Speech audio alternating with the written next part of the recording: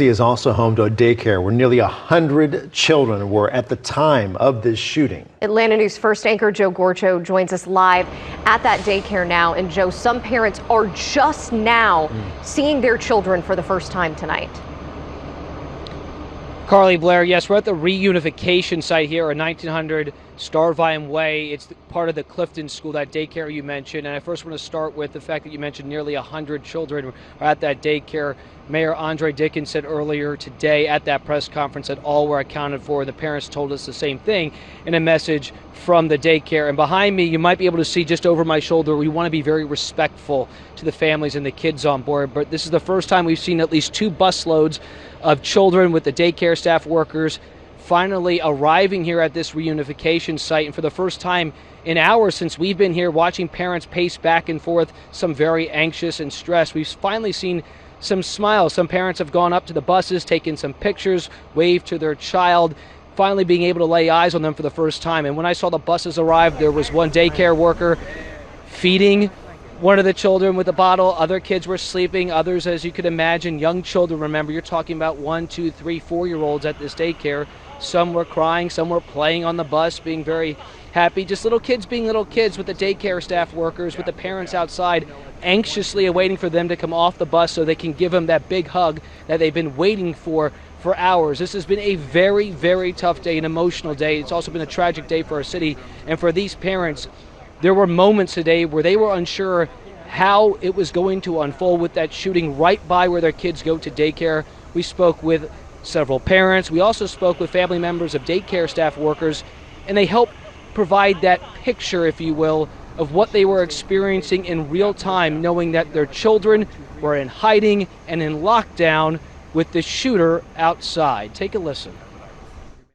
Clifton School's done a really good job of keeping us updated and providing communications and sending us photos, so we know that he's safe and he's with people who care about him and he knows. So that's been eased in that sense. Obviously, you know, there's anxiety. We want to pick up our child, but I know that he's safe. And so, you know, in this moment, taking a deep breath and ready to take a larger breath once he's back.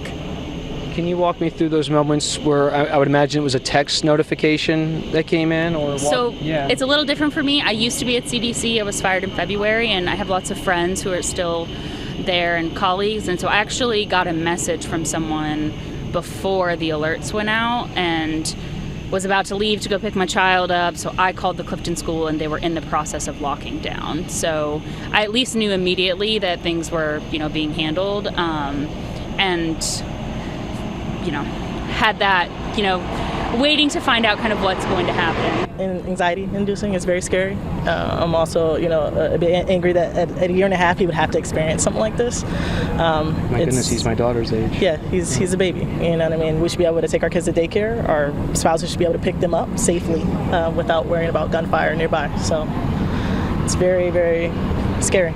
May I ask how you found out about the shooting? I received a text from my wife who was picking them up and could hear gunshots, and was told that they were on lockdown. So your wife was picking your son up and heard the gunshots for herself. Correct. Have you been able to talk to her? I have been able to speak to her, and she's safe.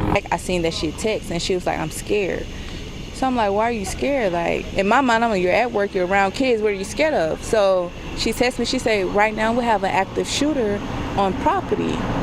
So I'm texting her. I said, "Are you okay?" She said, "Yes, but I'm scared. I don't know what to do.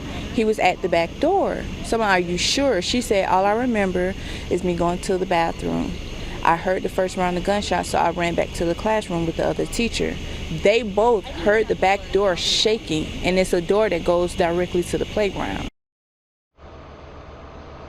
Certainly a frightful experience for many today, both the parents and the daycare workers. But there have been moments of levity just recently with the kids arriving. In fact, over my shoulder just a few moments ago, this is where you love the fact young kids will be kids. There was an officer at the window, and the kids were mimicking the officer back and forth. I could see the kids smiling and engaging with the officers and some of the parents. It kind of reminds you that kids can be very resilient, and you just look at it, I just wonder if they just think this is a field trip. They certainly seem to be in good spirits, some of the kids, a lot of smiling on the buses right now, even from daycare staff workers. I can only imagine what they have been through today. Certainly a very difficult situation, being on lockdown and the uncertainty with an active shooter in the area. that we'll keep an eye here tonight as the reunification process continues, with dozens and dozens of parents waiting to hug their kids for the first time in hours after what unfolded earlier today. Now we're going to